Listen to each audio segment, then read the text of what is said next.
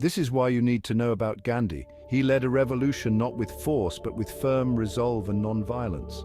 Learn how his philosophy reshapes our world even today. Mahatma Gandhi, often called the father of the nation in India, spearheaded the fight for independence from British rule through non-violent resistance. His unique approach, rooted in the ancient Indian ideals of ahimsa, or non-harm, inspired millions. In 1930, Gandhi challenged the oppressive salt taxes imposed by the British with the Salt March, a 240-mile trek to the Arabian Sea.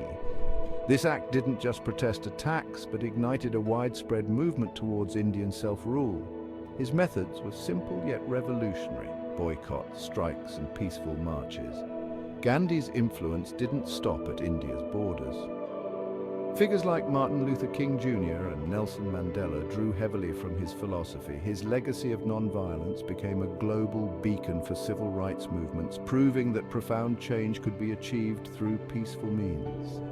Gandhi's life reminds us that true power lies not in violence, but in the unyielding strength of peace and resilience.